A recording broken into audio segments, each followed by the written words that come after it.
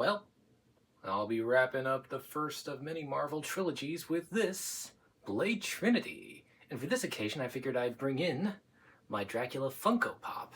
After all, Dracula plays a much bigger role with Blade's history than you think, as you'll soon learn.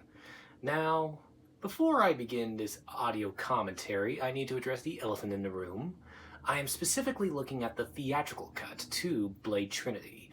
So I won't be talking about the unrated director's cut, which features certain scenes that you might be familiar with, such as the awful CGIs on the fake Blade. Yes, Dracula, such as that. But anyway, Blade Trinity, the theatrical cut, is currently available to watch right over here. You can watch the Blade Trinity film on those streaming platforms while listening to the audio commentary. Or you can watch it on Blu-ray or digital, whatever's easiest for you. But anyway, Drac, care to have the last word? Why, yes. Enjoy the show! Welcome to Commentary Companions. I'm your host, Tony Garcia, and today we're looking at Blade Trinity, the last of the Blade trilogy starring Wesley Snipes, and pretty much one of the last projects in which Warner Brothers and New Line Cinema would ever be involved in a Marvel project. You know, it's pretty surreal knowing that Warner Brothers, which is best known for owning Marvel's rival company DC Comics, at one point collaborated with Marvel on many occasions. They distributed X-Men Evolution, and of course, Warner Brothers' sister company, New Line Cinema, owned the rights to Blade. And, well, at one point, New Line also owned the rights to Deadpool and Iron Man and Venom. It's very surreal. And at one point, before Captain America: The First Avenger was ever made, at one point Marvel was very close to selling the rights to Captain America to Warner Brothers, which feels like totally ironic. I never would have guessed this. But anyway, let me get off subject. Well, I guess I'm still in the movie. A fun fact: originally, the beginning scene with the vampires in the Syrian desert was originally meant to be in Iraq itself, but consultants said that the vampires would have most likely been shot down if that were to occur in actual Iraq at the time, so David S. Goyer had to improvise and instead change it to pretty much being in an ambiguous Syrian desert. And it's pretty crazy how... and of course, this Blade Trinity is quite notable for many reasons. After writing the first two movies, Blade Trinity was David S. Goyer's first time directing a Blade movie, but Blade Trinity was not his directorial debut. David S. Goyer made his directorial debut in the drama Zigzag, which had him collaborating with Blade actor Wesley Snipes and Natasha Lyonne. Or is it Lyonne? You know, I'm not actually sure. I mean, I guess it could be Leone. I could be wrong. If please do tell me how it's pronounced when you're finished listening to this. Now, before David S. Goyer was chosen to direct, German filmmaker Oliver Hirschspiegel was in talks to direct the film, but chose to direct the biographical World War II film Downfall instead.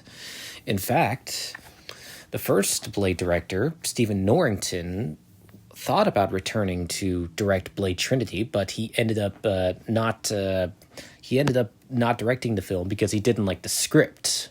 Guillermo del Toro, who directed Blade 2, was offered the chance to direct Blade Trinity, but he turned it down in favor of directing Hellboy, which I think was the wisest career decision ever, because the drama behind Blade Trinity is pretty much more interesting than the film that I had to subject myself to. Okay, so Blade Trinity isn't terrible, but it's certainly underwhelming and very inferior to the first two films. Although it does have some good ideas that feel squandered due to Goyer's writing and directing. problem with Goyer is, I mean, he's not a terrible writer as, say, the writers of Morbius and Madame Web, but he's certainly not a brilliant writer. He's not Paul Dini, that's for certain. And I mean, he's certainly Goyer is certainly better when he's on a leash, like when he's got someone like Christopher Nolan helping him. In fact, as I mentioned in my commentary companions episode to Batman Begins, David S. Goyer wrote part of the script to Batman Begins for 7 weeks, but had to pull out due to director's chores with Blade Trinity, of course. And Christopher Nolan took over writing duties soon after, which I do find interesting. Toasty!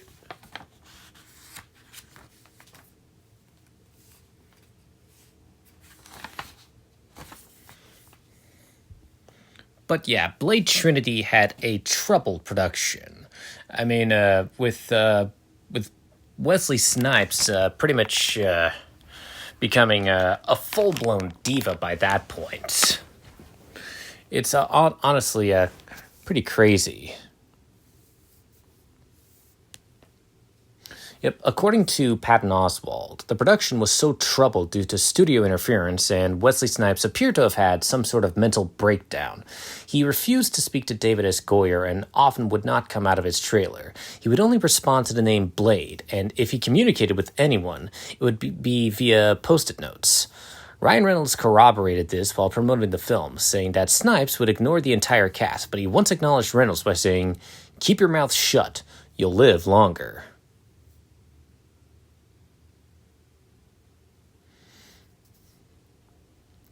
It's also pretty surreal knowing that Blade is the first of the Blade film. Well, Blade Trinity is the first of the Blade films to actually feature the opening Marvel logo. In 2005, Wesley Snipes sued New Line Cinema and David S. Goyer, claiming that the studio did not pay his full salary, that he was intentionally cut out of casting decisions in the filmmaking process, despite being one of the producers, and that his character's screen time was reduced in favor of co-stars Ryan Reynolds and Jessica Biel. Which I think checks out because in Blade Trinity, Blade literally has less than 100 sentences. It's kind of crazy to imagine. But it's true.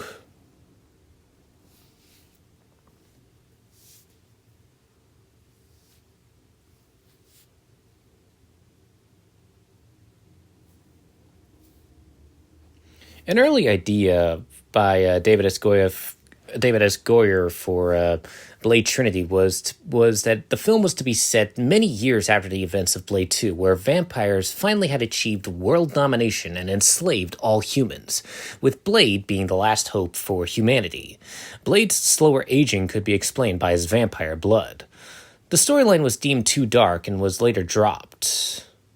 Although I think it probably would have been better than what we got.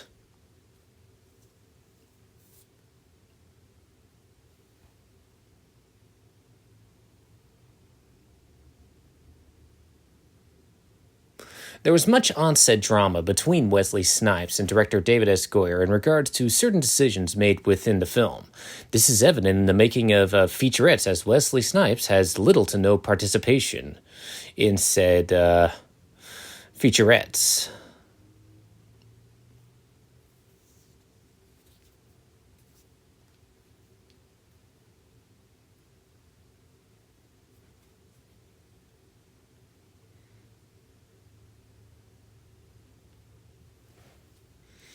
Okay, the idea of Blade's car having ultraviolet lights to use against the vampires is a very creative idea.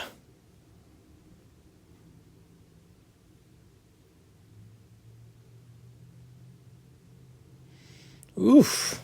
Well, I hope you're insured.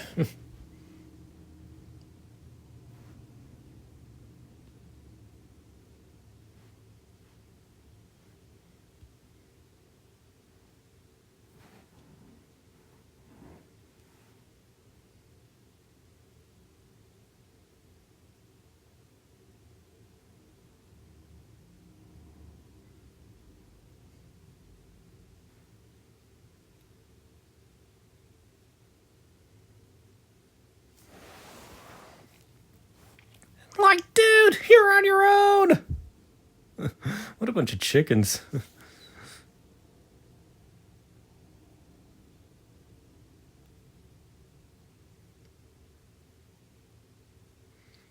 Oof, that looks fatal.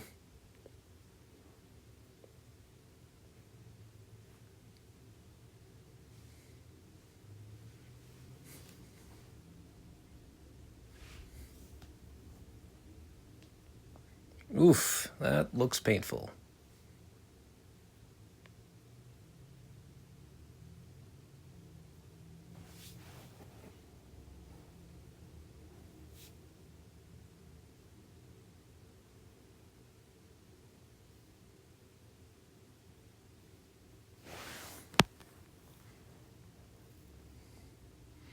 Yep, and smile. So, yeah, human pawn. I'm just wondering if the human pawn was basically a like a familiar. I think that's one way to justify it. Now, Wesley Snipes reportedly caused difficulty during filming, including frequently refusing to shoot scenes, often forcing director David S. Goyer to use stand-ins and computer effects to add to his character to scenes. Goyer described making the film as the most personally and professionally difficult and painful thing I've ever been through. The film crew was forced to be selective in their shots for various green screen segments, because neighboring stages were used for the filming of I, Robot and The Chronicles of Riddick, and those sets would sometimes appear within the frames, and then edited out later.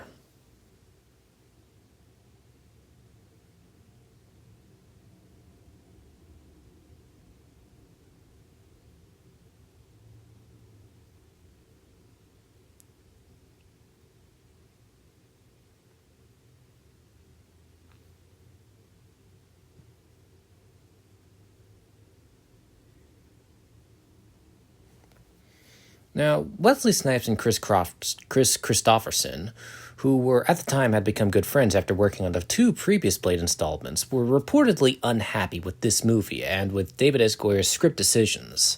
They felt that too many new characters were added to the universe and that Blade did not need any sidekicks besides Whistler, which I think I could agree with.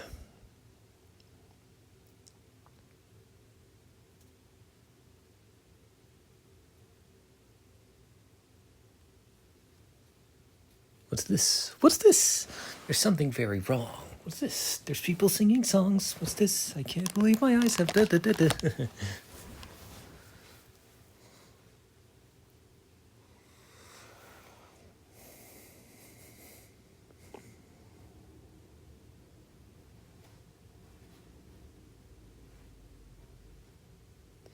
Now, the car that Blade drives in all three movies is a 1968 Dodge Charger, modified with UV lights behind the front grille, as well as numerous switches inside the car. After the movie, the car was purchased by a man in Vancouver who kept the car virtually the same except for adding a 440 under the hood.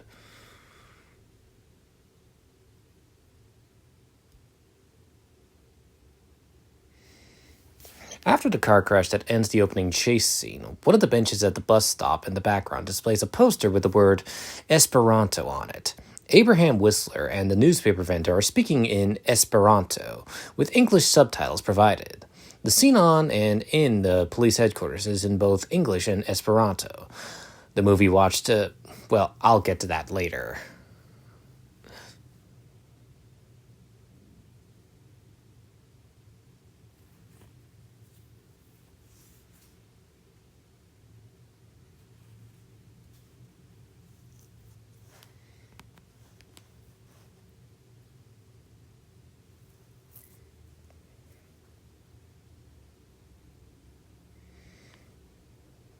It's kind of crazy knowing that Parker Posey was also in Superman Returns. I didn't even know this until I was doing research.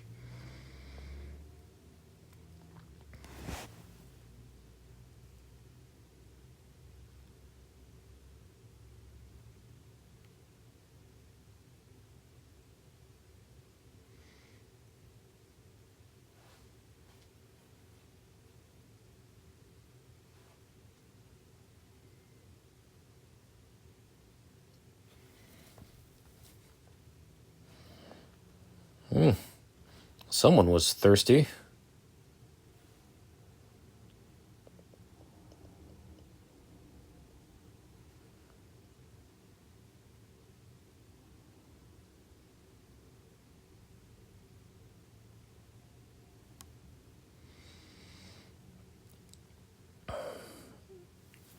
So yeah, I did not know that when I first saw Dominic Purcell as Heatwave in The Flash, I didn't know that he played Dracula in Blade Trinity. I mean, I certainly recognize him now, and but it's kind of interesting. I mean, he's much better as Heatwave than he is as Drake in Blade Trinity. I mean, talk about irony.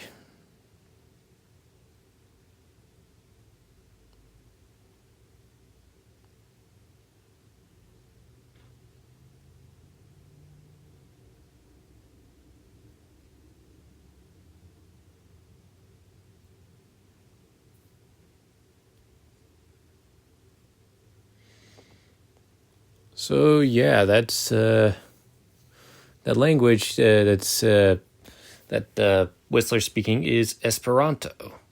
And it's kind of interesting. I could see the old Doritos logo, which is definitely a time capsule of it being set in 2004. Uh-oh. It's the FBI.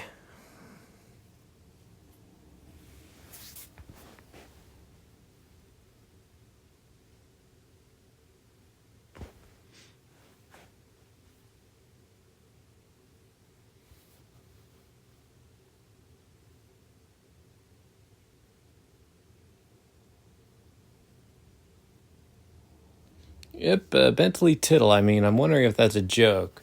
But apparently, the name Bentley Tittle is a reference to horror writer Bentley Little.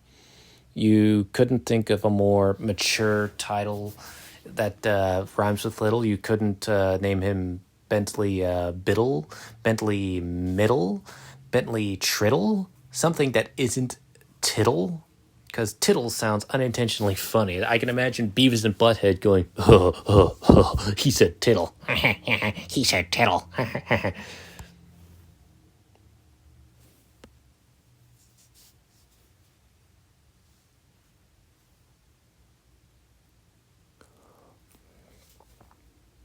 Yeah, at least it's not the Daily Bugle talking crap about you.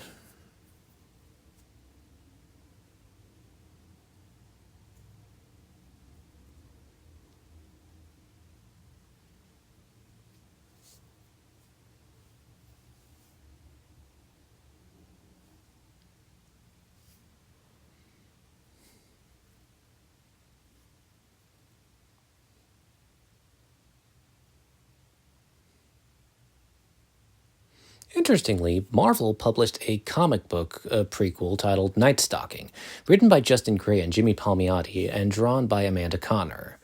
It came packaged with the certain releases of the DVD.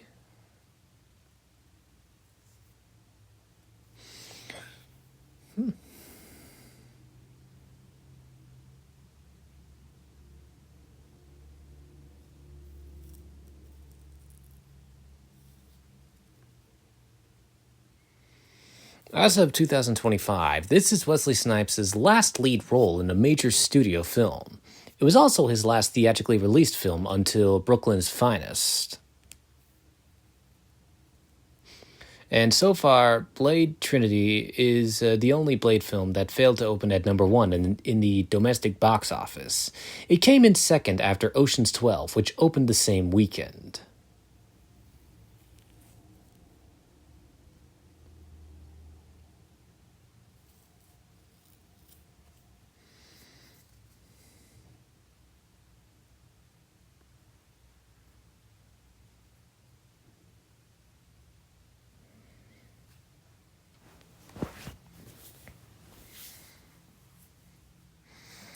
Yeah, watching this scene for the first time, I mean, I was convinced she was just, just a regular lady being stalked by vampires.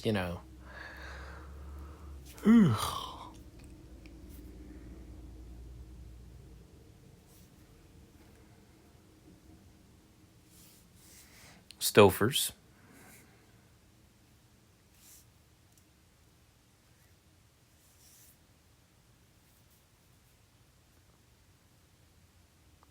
Ah, surprise!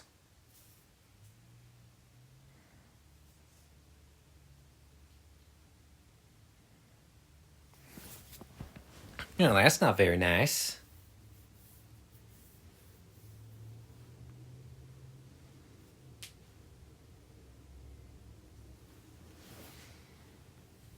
Yeah. If I had a nickel for every time they put FU on random things in this film, I'd probably have 2 nickels. It's not much, but it's strange that it's referenced as a joke.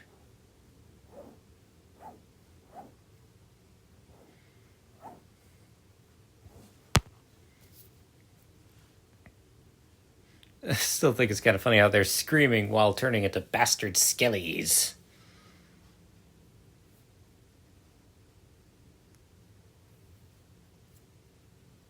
So they come here. Whammo.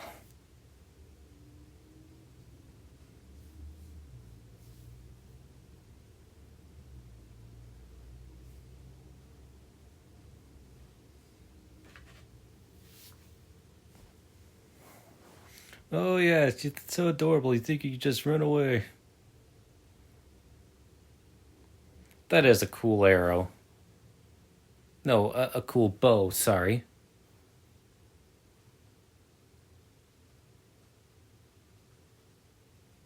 Bastard skelly! Well, she's got a train to catch.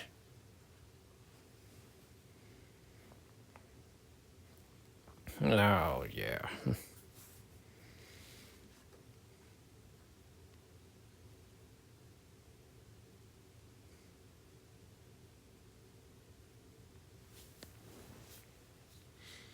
Now, is Blade meditating or brooding? Maybe both.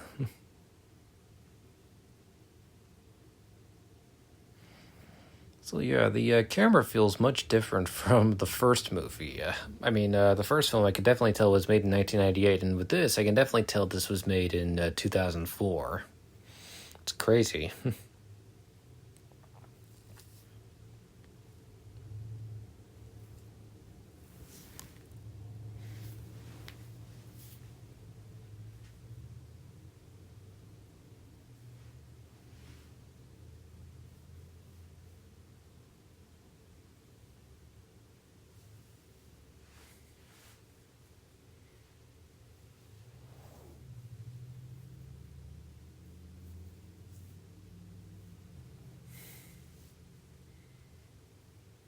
Yep, should have kept your eyes more open, Whistler.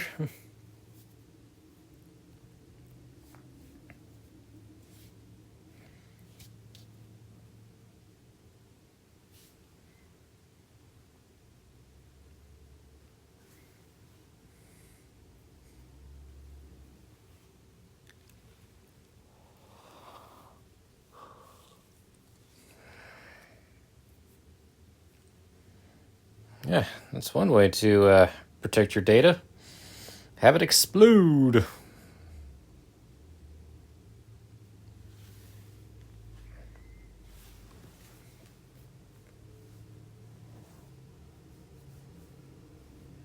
Oof, that's smart.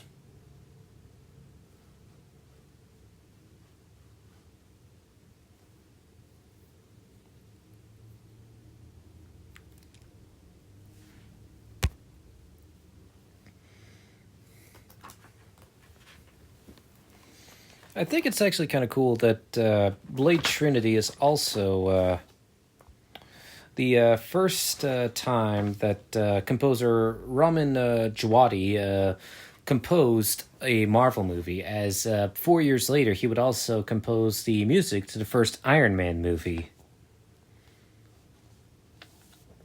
What are the odds of that?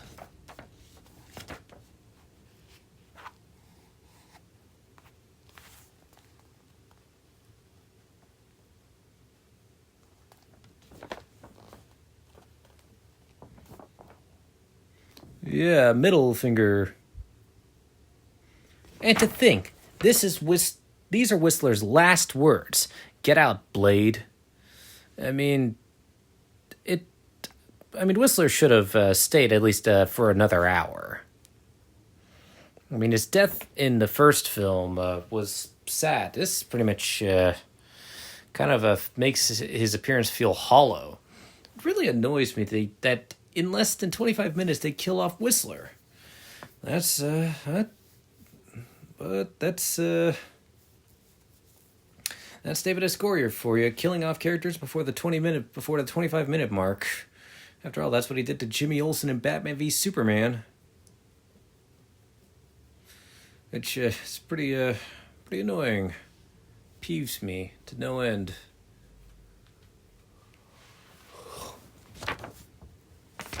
Now, Blade Trinity's costume designer was Laura Jean Shannon, who has collaborated with Jon Favreau on Elf, Zathura, Iron Man, Chef, and the Jungle Book remake. Other projects that Shannon has worked on were Requiem for a Dream, My Super Ex-Girlfriend, Scott Pilgrim vs. the World, Black Lightning, The Boys, Stargirl, Doom Patrol, and Titans, among many others. Kind of cool that there are two crew members of Blade Trinity that would later on work on Iron Man. Pretty surreal.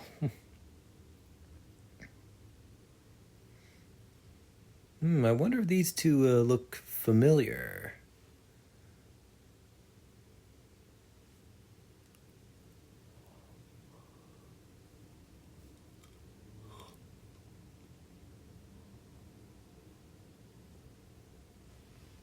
And vampires too. But of course, in Blade Trinity, so far, Blade kills only 42 vampires. I checked.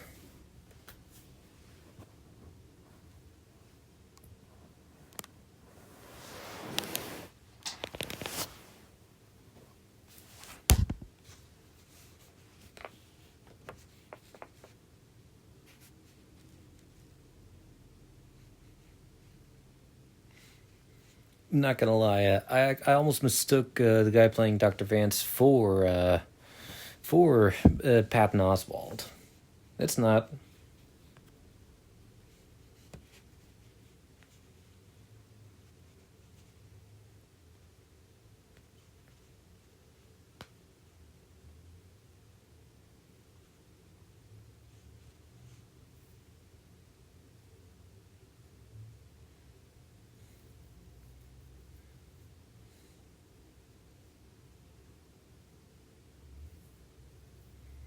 Why, it's, as of this recording, it's Tuesday, August 26th.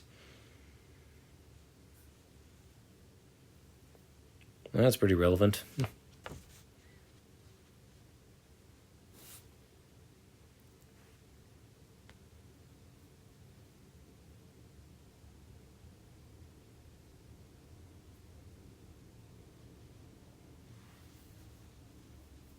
It's complicated.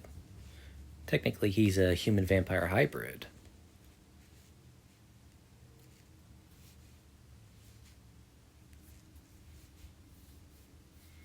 It's kind of messed up how some vampires are.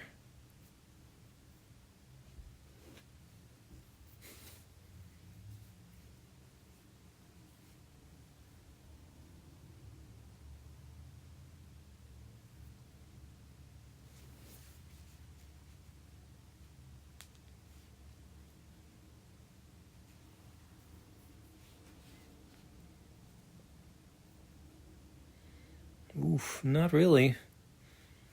That's a pretty insensitive subject.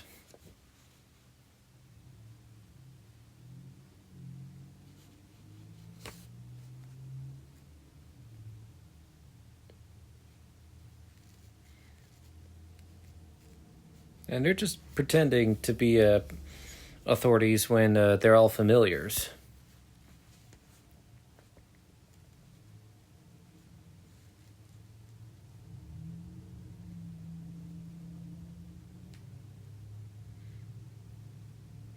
But yeah, Wesley Snipes apparently protested the idea of David S. Goyer of directing.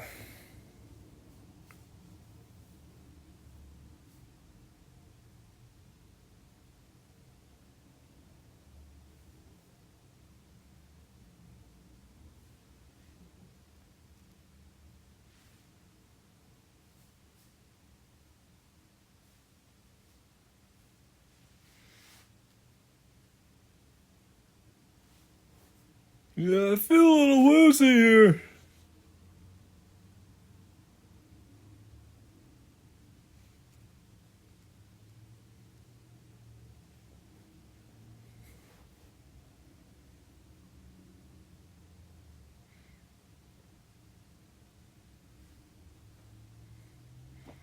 Yeah, the fact that all of them are familiars seems like a good idea at the time. You know, like the idea of it really does show how corrupt the vampires and familiars have made stuff like the police and the FBI and such.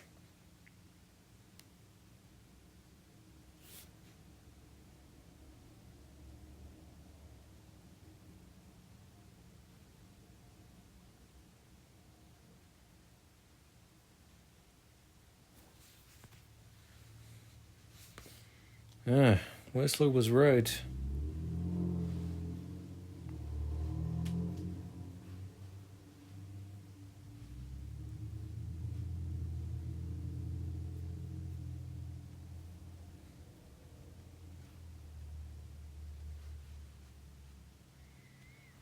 And that big guy behind Danica is, of course, Triple H.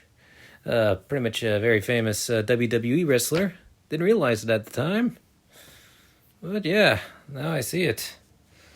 How many? And I'm thinking to myself, it's kind of cool how a lot of WWE wrestlers have all appeared in Marvel. I mean, Kevin Nash, Triple H, Dave Bautista.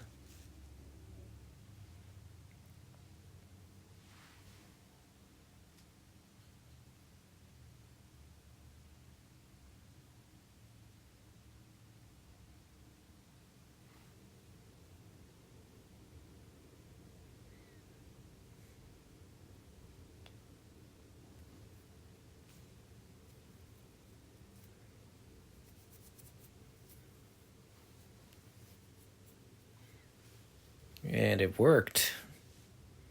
He fell for it like a sucker.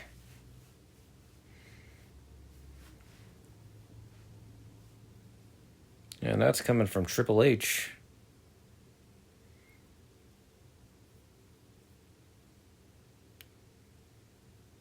Oh no? Oh yeah!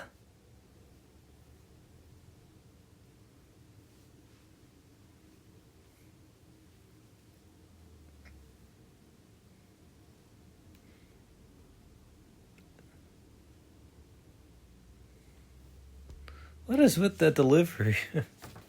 Speaking of Hannibal King. Now, Hannibal King made his comic book debut in Tomb of Dracula, number 25, published in October of 1974, created by Marv Wolfman and Gene Colan.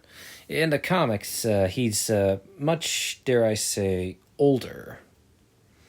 But he has an interesting background.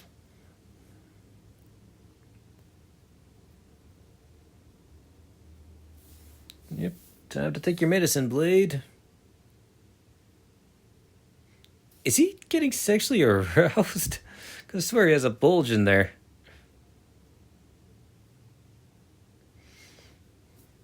Now, in the comics, Hannibal King is a private detective who was bitten and killed by Deacon Frost while on a case in London, England. But he never really consumed human blood. So yeah, he's one of those former vampires. And is even an ally to Doctor Strange in the comics. Well, didn't take him long to put on the suit.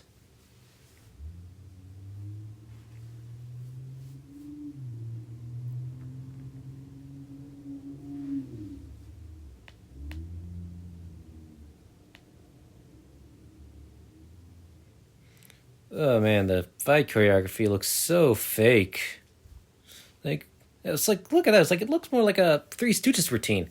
Whoop whoop whoop whoop whoop whoop.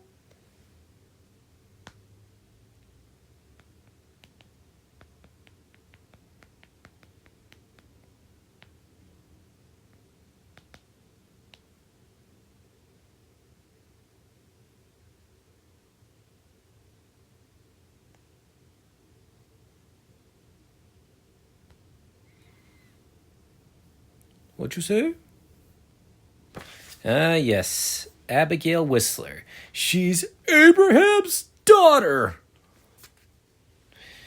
Uh, Yeah, what's interesting is that an early idea of David S. Goyer was to include not only Hannibal King, but a female character called Rachel Van Helsing from the Tomb of Dracula comics.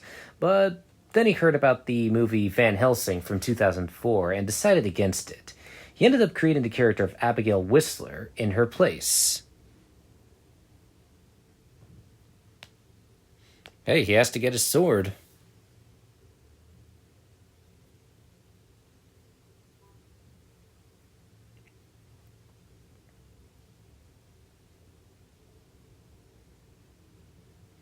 Yeah, just look at her boomerang bullets. Oh, wait, no. It's that cool bow and arrow.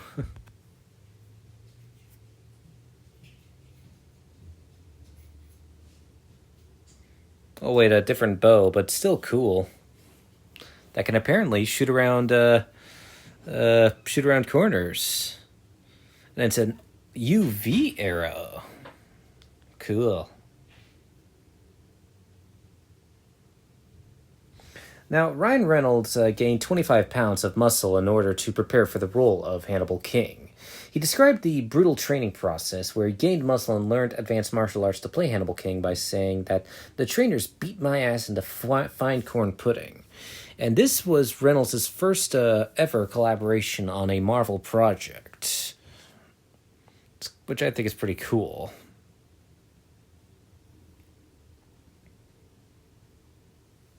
Even though you could have run, even if you were chased by police. Missed it by that much. Oh, he did a superhero landing.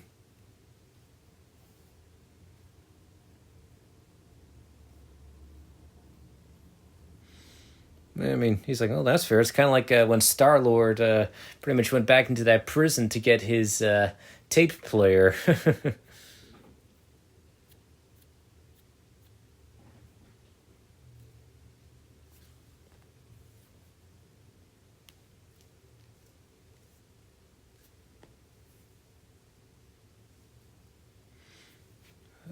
Gotta give Triple H credit. He's very persistent. Oof. That's gotta hurt.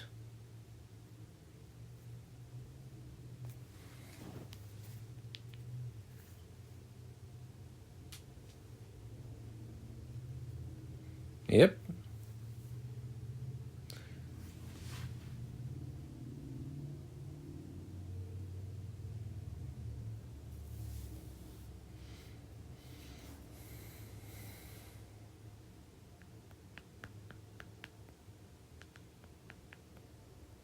Yep.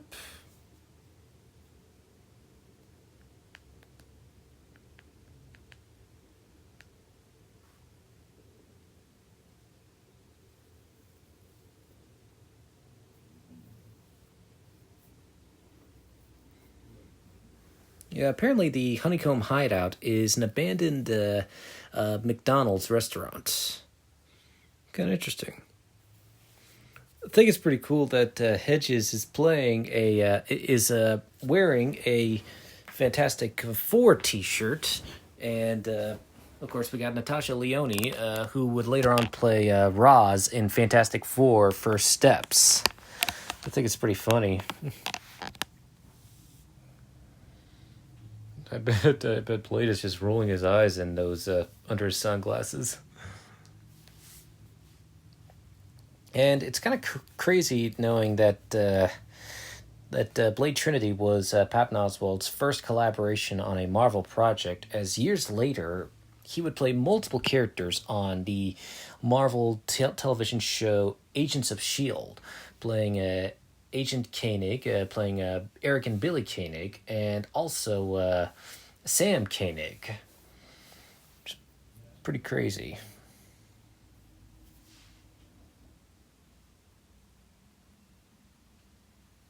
Which is funny because a lot of them worked on sitcoms.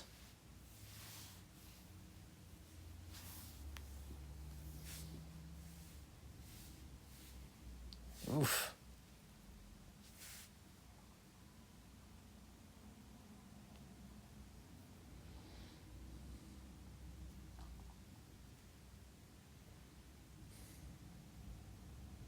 Ooh, crutch sawed.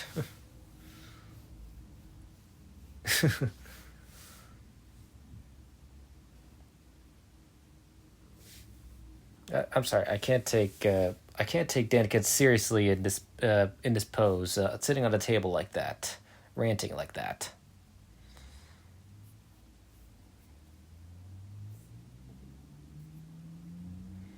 She does not look intimidating at all.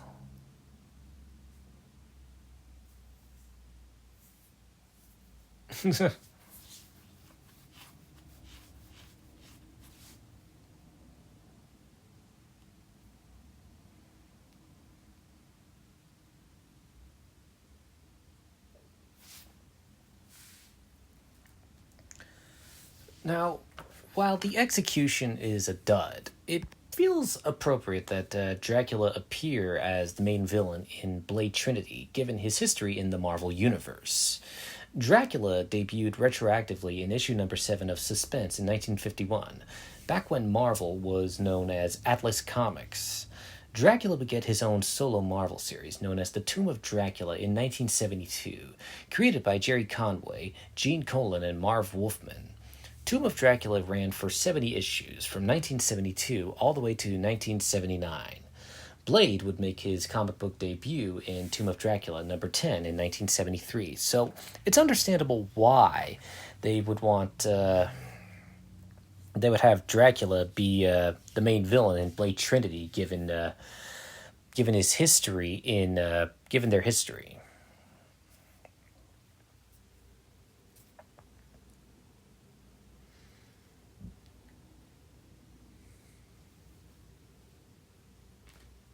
I still think it's kind of funny that a guy with the last name of Wolfman was involved in vampire comics.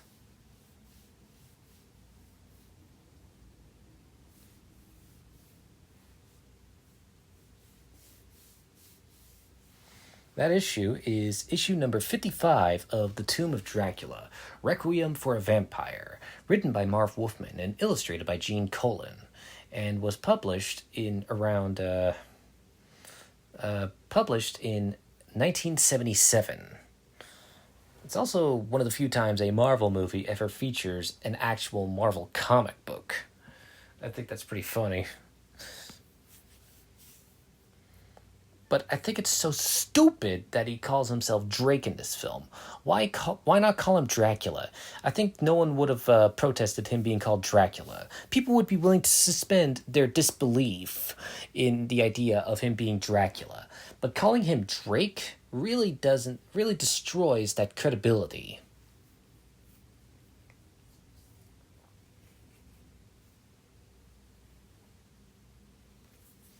Yep, the first vampire.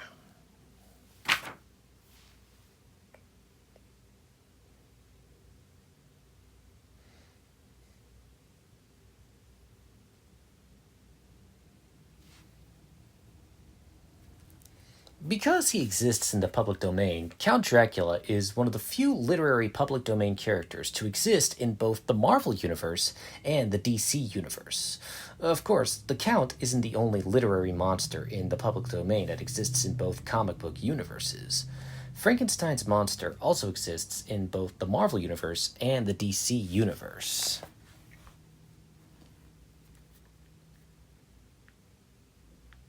And of course, Dracula's origins in the Marvel comics is much different from the movie. No doy.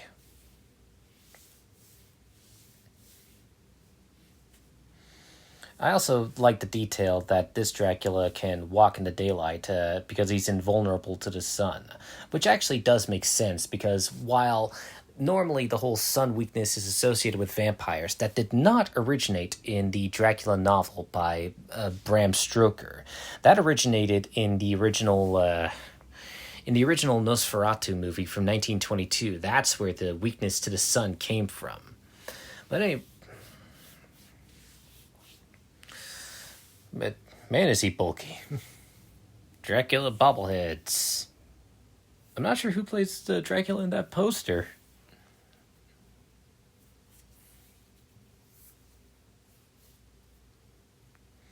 Whole lot of Dracula merchandising.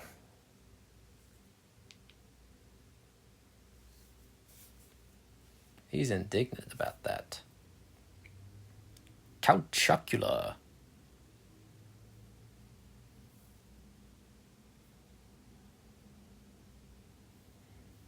The Dracula lunchbox is pretty cute.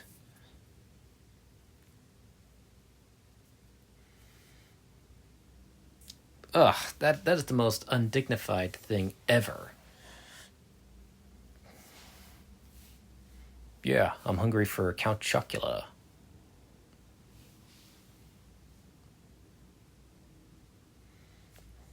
And I took that personally.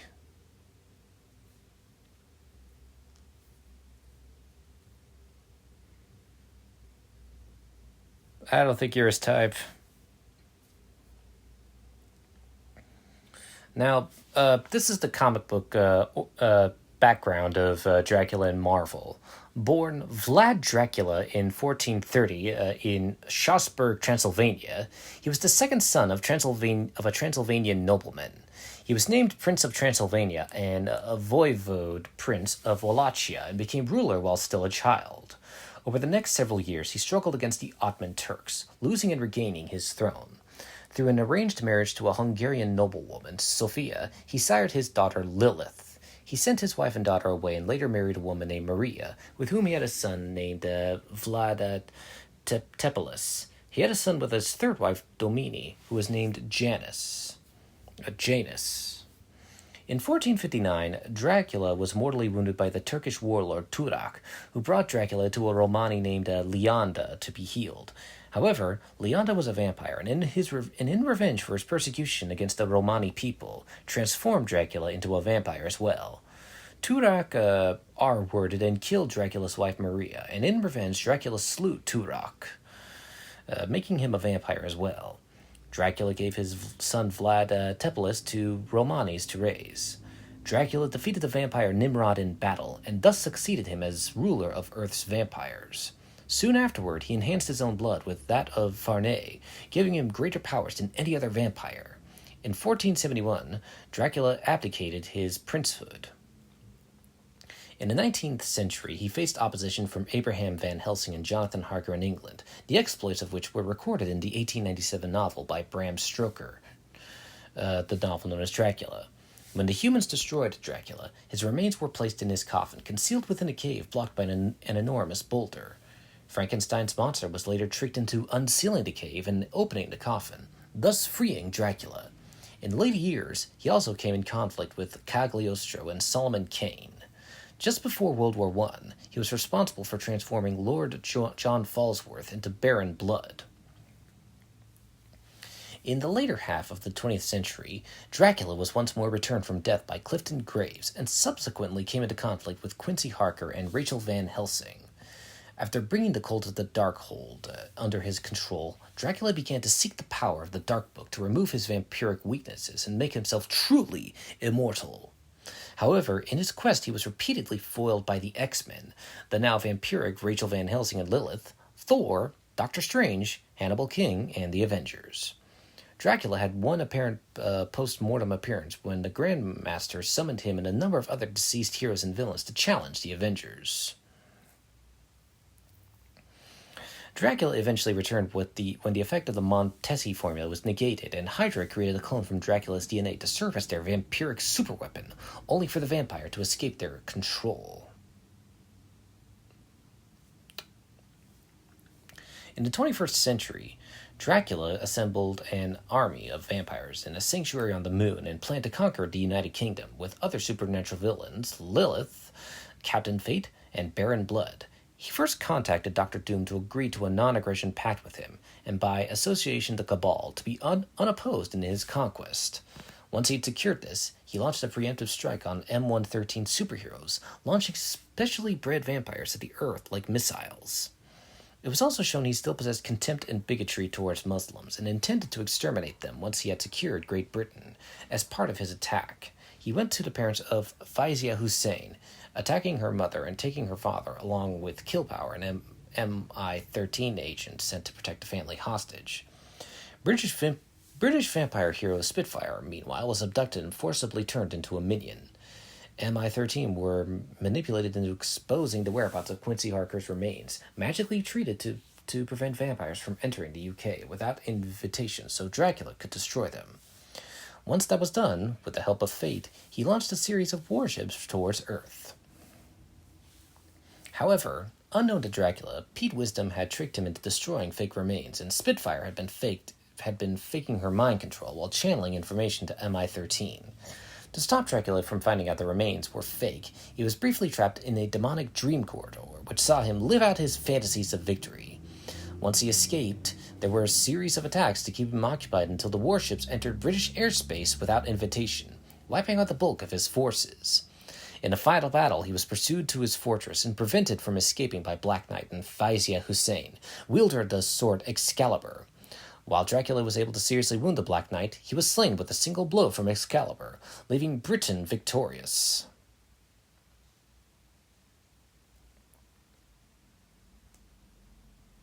But yeah, he's very much a formidable foe in the Marvel Universe.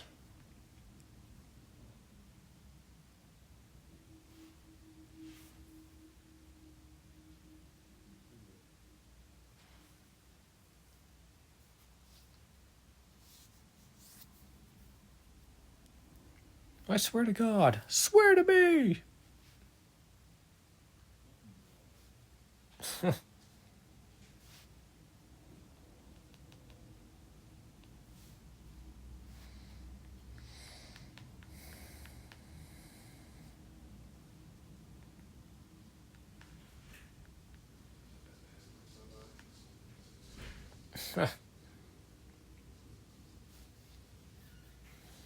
Now, is that Dracula posing as the doctor on the phone or the real doctor?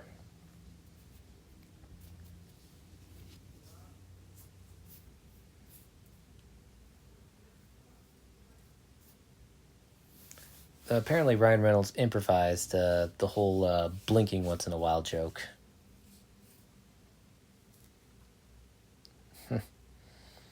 Now, Dracula's first canonical appearance in DC Comics was in Weird Mystery Tales number 14 in November of 1974. However, the character is best known for his later, more significant appearances in the Elseworlds story Batman and Dracula, Red Rain. In Weird Mystery Tales number 14, Dracula's first story in this DC comic shows the Count luring tourists to his Transylvania castle to create more vampires. He also appears in Superman number 344.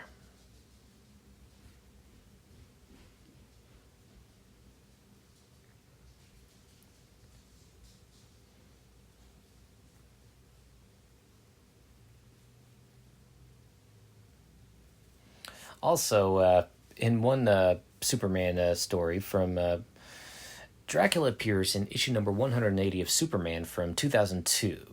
In this story, Clark Kent and his friends travel to Transylvania and encounter the genuine Count Dracula. He is defeated after attempting to feed on Superman's solar charged blood.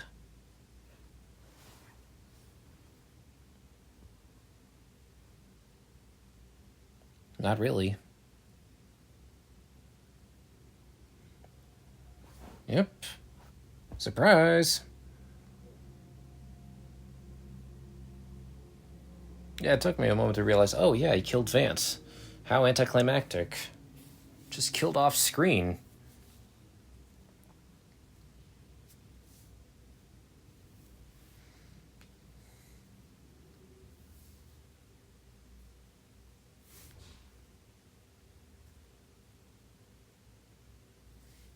That's gotta hurt.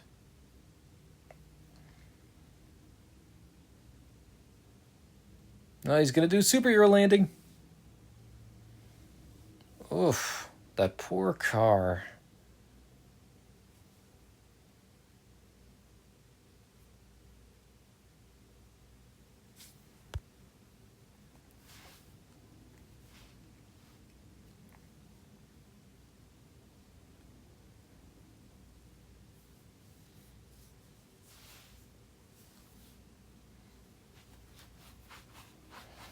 I'm tempted to use the Benny Hill theme for this chase scene, but I don't know if I can legally do that without getting a copyright claim on YouTube.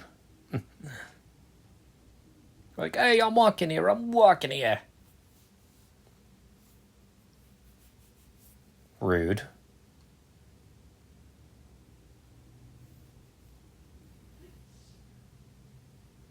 Our dog does not like Dracula. No, sir.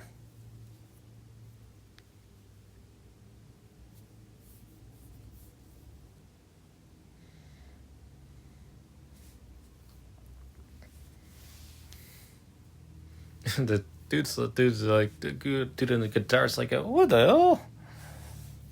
The hell's going on?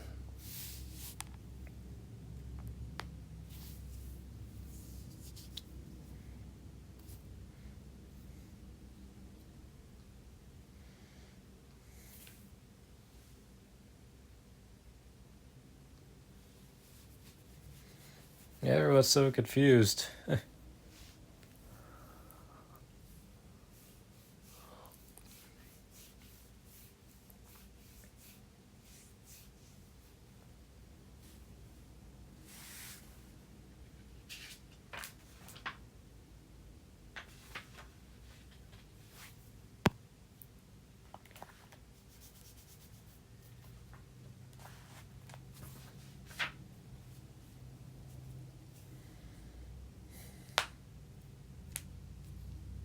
Yoo-hoo, Drake. Oh, there you are, Drake.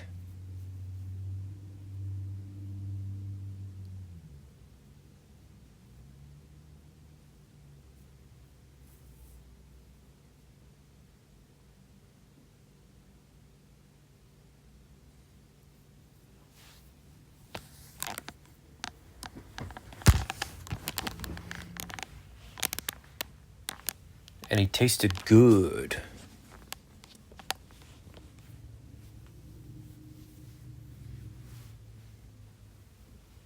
Yeah, exactly.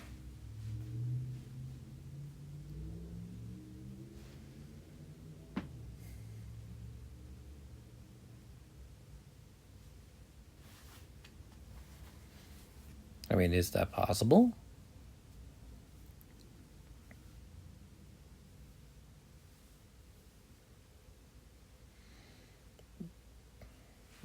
But yeah, this scene is very reminiscent of the first film when we see Blade encounter Frost, and Frost holds a kid hostage.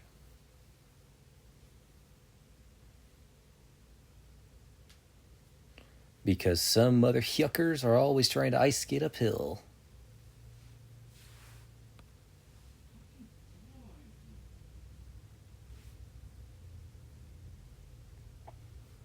Well, it's a good thing Blade didn't say, let her go, and and then Dracula says, a very poor choice of words, and then just drops the baby.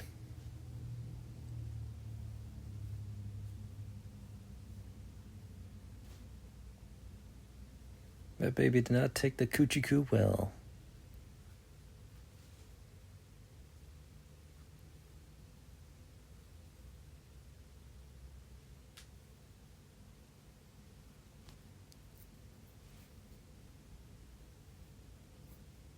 Yes.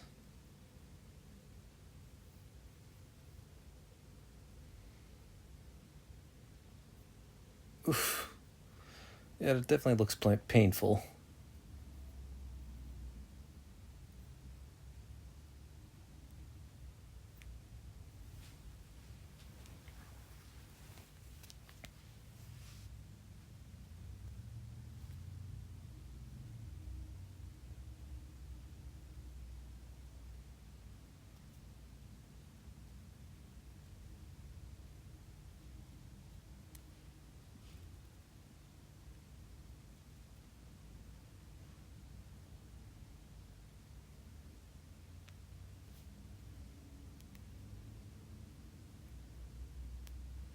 Now, apparently, in the film, there was supposed to be a sex scene between Blade and Abigail, but that scene went nowhere, and I'm kind of glad that I'm glad that there wasn't a sex scene. I mean, it just wouldn't make sense, especially since well, Blade barely knows Abigail, and well, I mean, it's quite clear Wesley Snipes and Jessica Biel have absolutely no chemistry, so it would just feel awkward.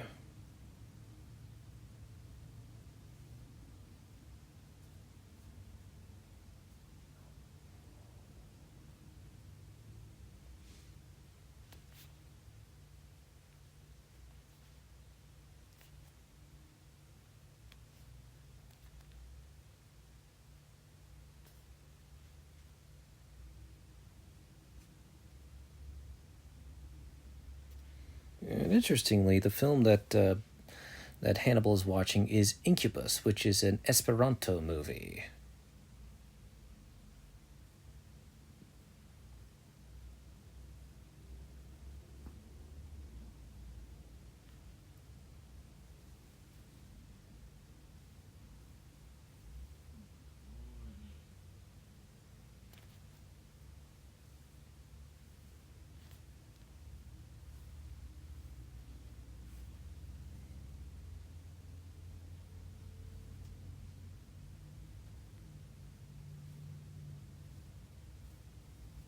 How do you explain to a kid?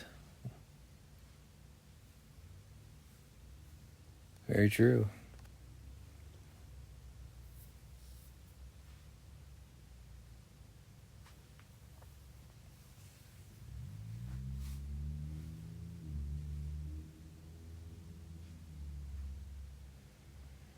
I know it's not fair of me to compare and contrast because Teddy Roosevelt once said that comparison is the thief of joy. But Natasha Lyonne is so much better in Fantastic Four First Steps than she is in Blade Trinity. But I know that's not entirely her fault.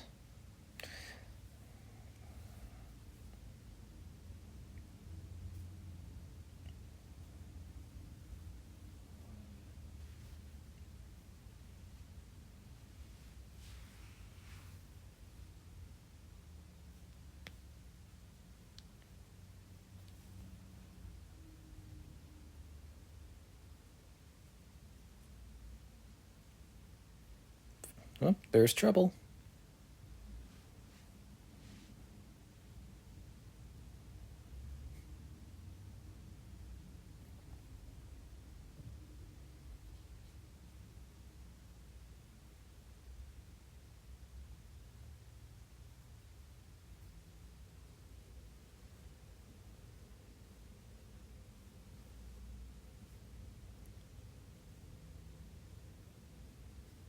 And that's all she talked.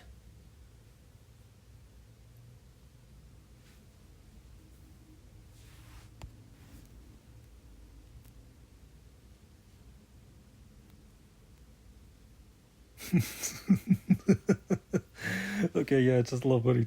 That's pretty is perfectly funny as the whole motherfucker. You out of your damn mind?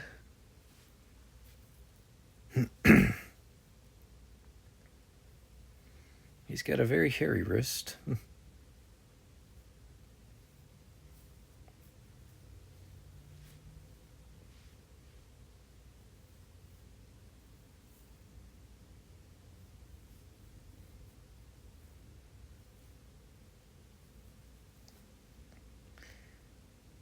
And now you know how hot dogs are made.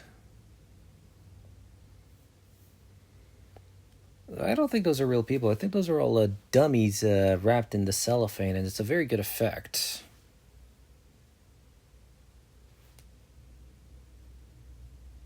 For harnessing and harvesting.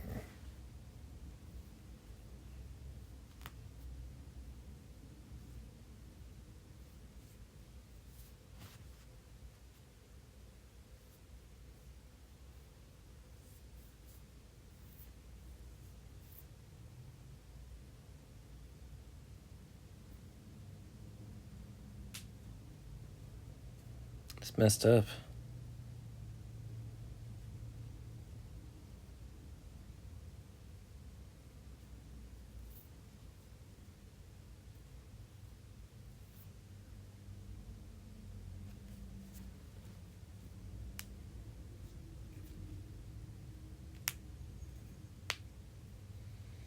Well, this would also be pretty relevant 20 years later.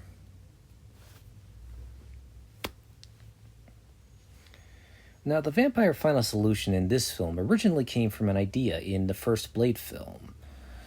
In a deleted scene, Deacon Frost shows Karen Jensen a prototype of harvesting human bodies.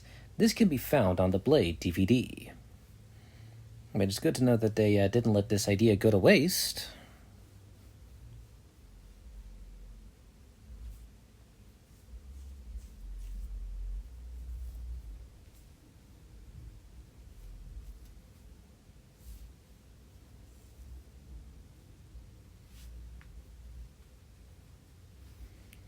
Now, was Blade just counting in fives, like 5, 10, 15, 20? Or in fours, like 4, 8, 12, 16, 20? That seems likely he was multiplying 5 by 4 when counting to 20.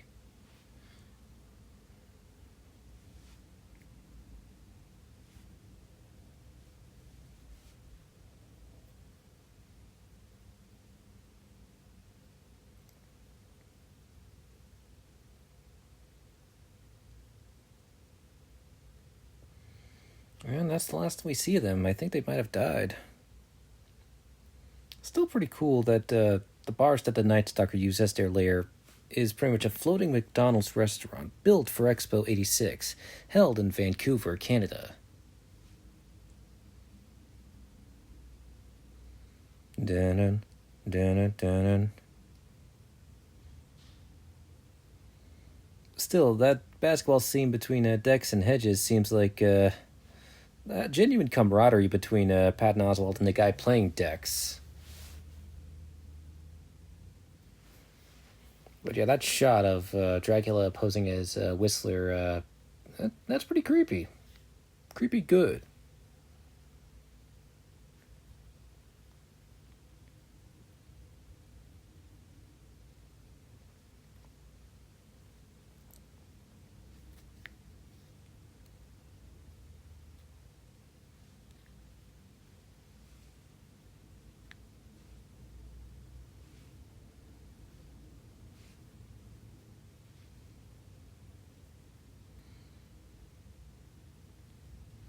Like I said, pretty creepy, but good.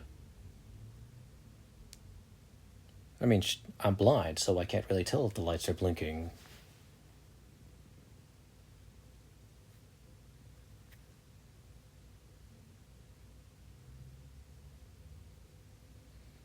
Yep, in case of emergencies.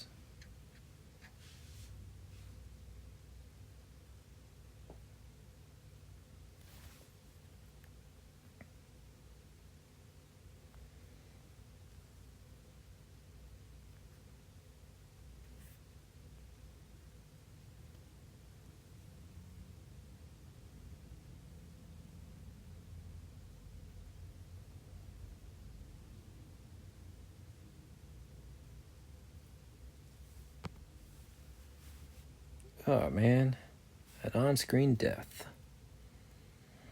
I I think it's very unlikely, but imagine if Dead Meat decides to do a kill count on the Blade trilogy, and I can imagine that the recipients for the Dull Machete for Lamest Kill on Blade Trinity will either go to Dr. Vance or Hedges and Dex. One of the two. I think it's most likely Dr. Vance who will get the Dull Machete for Lamest Kill. That's my prediction.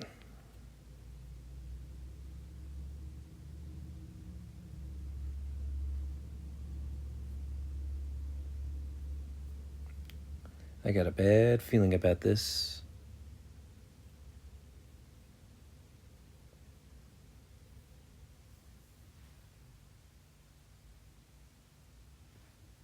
Listen to them, children of the night, what music they make.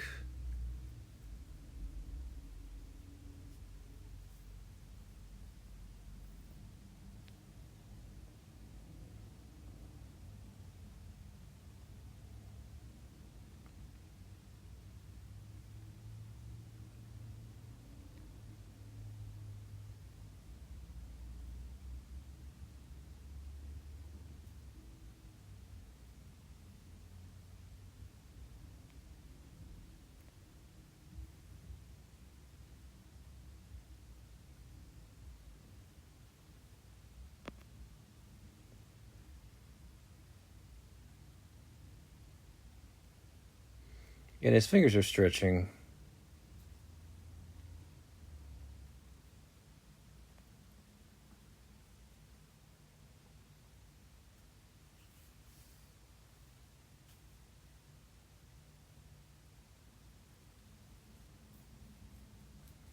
Yep, she's got a bad feeling about this.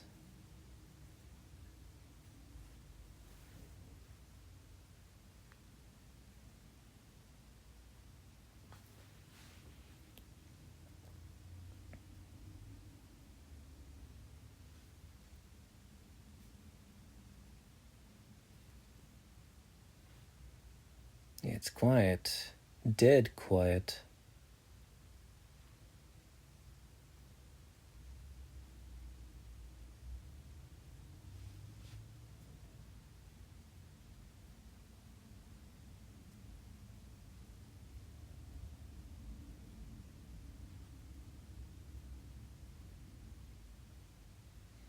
Yes, I'm very peeved that Patton Oswalt got very little screen time. Because, I like Patton Oswalt. He's funny.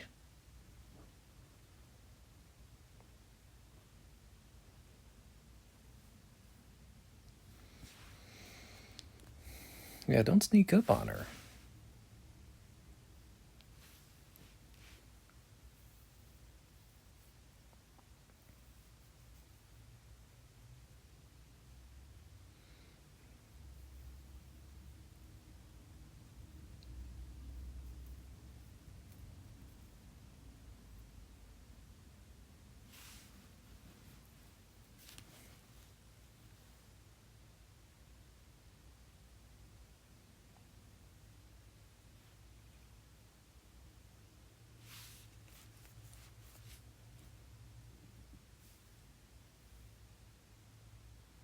That's such a weird transition shot.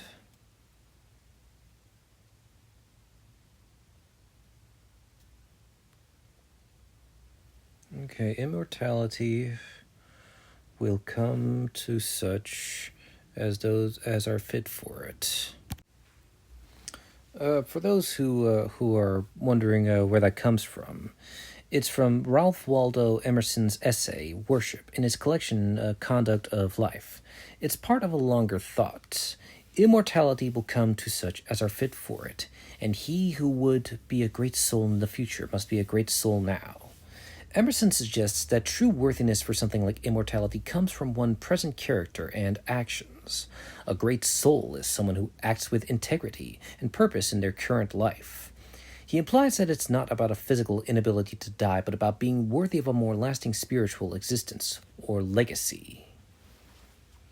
As for why Blade is saying use it 3 times, I think it might be used that grief and anger when going after Dracula and his crew. That's what I think he means when he says use it. I mean, there could have been a better way for Blade to say that. Like maybe say, Abigail, I understand you're angry. I understand you're grieving. I understand those are your friends and that they meant something to you. And I know you're angry, and I want you to use that anger when you're fighting against Dracula and the others.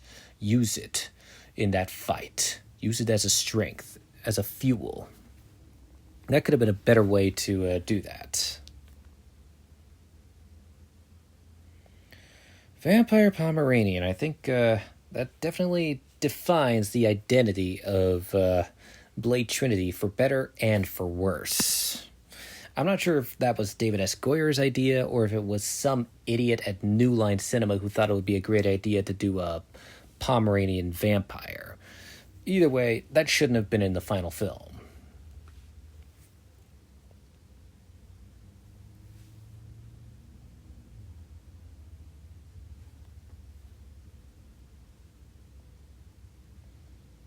You couldn't have said distraught calmly and then kick him after, because that's over the top acting.